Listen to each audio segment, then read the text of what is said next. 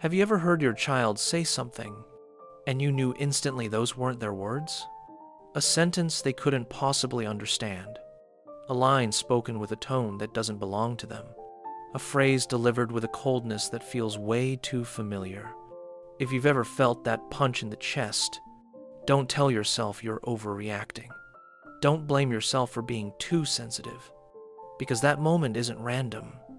It's the first warning sign of a female narcissist's playbook.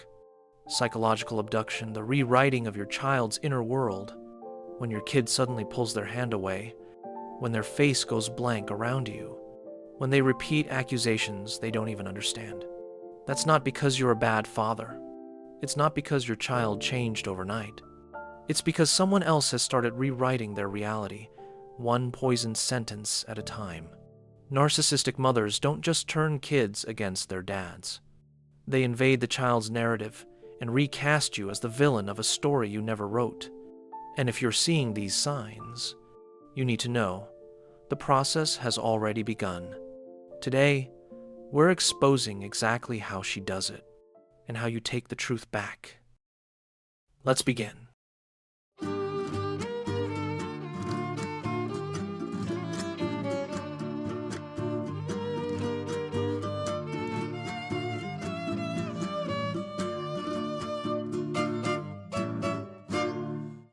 Most fathers think alienation happens because the marriage ended badly, or because she's angry, or because she wants custody. But none of that reaches the real core. A narcissistic mother doesn't just want you out of the picture. She wants you erased emotionally, psychologically, and eventually, historically.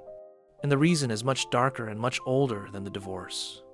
Narcissistic mothers operate from a shame-core wound so deep they cannot tolerate sharing emotional space with anyone. Your child is not an independent human being in her mind. Your child is an extension of her identity, a mirror she polishes every day to see the version of herself she wants to believe in. When that child loves you, when that child feels safe with you, when that child laughs, relaxes, or chooses you, she feels something she cannot handle: abandonment fear and loss of psychological control. To her, your existence in the child's heart is a threat. Not because you're a bad parent, but because your presence means she is no longer the center of the universe. And a narcissist without control is a narcissist in free fall. So she does the only thing her survival system knows. She rewrites the narrative. She reframes you as unsafe, unreliable, unloving. Not because it's true, but because it keeps her identity intact. And this is where most fathers get blindsided. Alienation doesn't start with yelling or conflict. It starts quietly with the silent signals most men miss. In a moment, we'll break down the 3 early warning signs that the erasure has already begun, and why recognizing them early can save your relationship with your child. Alienation doesn't begin with a courtroom battle. It begins in the smallest, quietest shifts in your child's behavior, changes so subtle, most fathers miss them until it's too late. These are the silent signals, the early cracks in the bond between you and your child, engineered through psychological pressure no child can understand or resist. Silent signal has shown emotional checking. You sit down next to your child, and instead of lighting up like they used to, they study you. Not lovingly, not curiously, but cautiously, like they're trying to read the weather.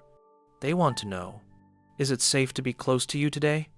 Or will mom be upset if I act like I love you? This is the earliest stage of loyalty conflict. The child isn't rejecting you, they're scanning you to avoid punishment, guilt, or withdrawal of affection on the other side. Their nervous system is learning survival, not preference. Silent signal, #2 information withholding. You ask them about school, and suddenly, they have nothing to say. You ask what they drew, they shrug. You ask about their weekend, they don't remember. This is not normal. Children are naturally expressive. But when a narcissistic parent creates an environment where sharing anything positive about you triggers coldness, anger, or subtle shaming, the child adapts. They learn that silence keeps mom calm, so they stop sharing. They lock away parts of their life that used to belong to both of you. This is the beginning of emotional cutoff. Silence signal, #3 sudden neutrality. Most fathers expect alienation to look like anger or defiance. But the second stage is far more chilling. Neutrality. Not affection. Not hostility. Just nothing. A flat emotional line. Like someone lowered the volume on their personality. This is the result of psychological detachment, where the child suppresses positive feelings toward you because expressing them feels dangerous. Neutrality is not calmness. It's self-protection. These 3 signals don't mean your child has turned against you. They mean your child is being pulled into a psychological war they never chose. And if you recognize these early, you have a chance to stop the next phase, the phase where she begins weaponizing your child outright. In the next section, we expose the tools she uses to rewrite their reality. Once the silent signals take root, a narcissistic mother moves into the active phase of alienation, and she doesn't do it loudly. She does it strategically with psychological tools designed to erode your child's trust in you while making her look like the savior. Here are the 5 primary weapons she uses to rewrite your child's emotional reality. Weapon has shown distortion plus moral poisoning. She rarely invents a lie from scratch. She takes a small truth and twists the meaning. You say, "We can't do the trip this month." She tells your child, "Daddy doesn't want to spend money on things that make you happy." It's not the statement that hurts. It's the poisoned motive she attaches to it. She trains the child to see innocence as cruelty and boundaries as rejection. Your child begins to react to your intentions, not your actions, because she's rewritten both. Weapon #2, weaponized competence. This tactic is subtle and devastating. You help with homework. She interrupts. "No, sweetie, Dad's way is confusing." You cook dinner. She whispers, "Be careful. Daddy's cooking always makes your tummy hurt." You give guidance. She sighs, "Daddy doesn't really understand. Let Mommy explain." Each moment is tiny, but over time, the child learns. Dad equals chaos. Mom equals safety. This is identity conditioning, emotional programming disguised as parenting. Weapon #3, golden child and scapegoat splitting. In a narcissistic system, children are not loved. They are assigned roles. The golden child gains approval by rejecting you. The scapegoat is punished for showing you affection. Kids aren't choosing sides. They're choosing survival. This weapon is designed to trap the children in a cycle of seeking her approval while fearing her withdrawal. Weapon #4, third-party enlistment, flying monkeys. She recruits others, teachers, relatives, neighbors. Each one carries a concern or a warning about you, planting doubt in your child's mind through many voices. The message becomes, "It's not just Mom. Everyone thinks Dad is the problem." When a child hears the same narrative from multiple angles, it feels like truth, even when it's manipulation. Weapon #5, identity hijacking. This is the final and most destructive tool. She tells your child, "If you love Dad, you hurt me." Or, "If you trust Dad, you're choosing him over your family." This fuses love with danger in the child's mind. To stay loyal to her, they must disconnect from you, not because they want to, but because their emotional survival depends on it. These weapons aren't random acts of cruelty. They are the architecture of a psychological system designed to remove you from your child's heart.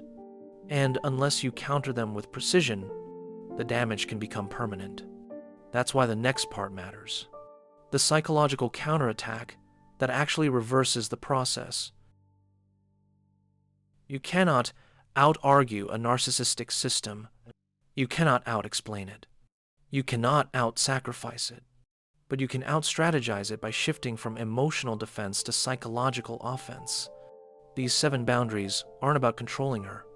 They're about protecting your child's mind and reclaiming your role as a stable, safe parent.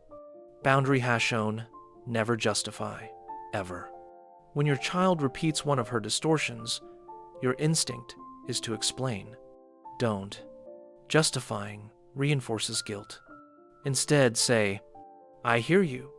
Tell me how you feel about that." You move the child from her narrative to their feelings breaking the frame. Boundary #2, emotional gray rock. You do not fuel her chaos. You do not respond to provocation. You give short, neutral, factual replies. A narcissist starves without emotional supply, and a starving narcissist loses control. Boundary #3, document everything. Texts, missed handoffs, lies, manipulations. Not for revenge, for protection. Evidence is the one thing a narcissistic mother cannot distort. Boundary #4, don't overcompensate. Gifts, big weekends, high energy. That's how fathers accidentally validate her narrative. Instead, offer consistency, predictability, presence. These rebuild safety in the child's nervous system. Boundary #5, parallel parenting, not co-parenting. You do not coordinate. You do not negotiate repeatedly. You create separate parenting systems with clear, minimal contact.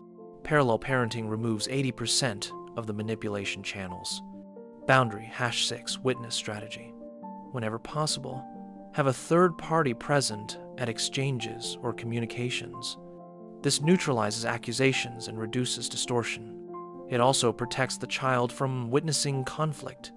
Boundary #7, emotional reattunement. This is how you rebuild the bond. Validate their feelings. Never speak negatively about their mother. Create moments of safe connection. Mirror their emotions gently.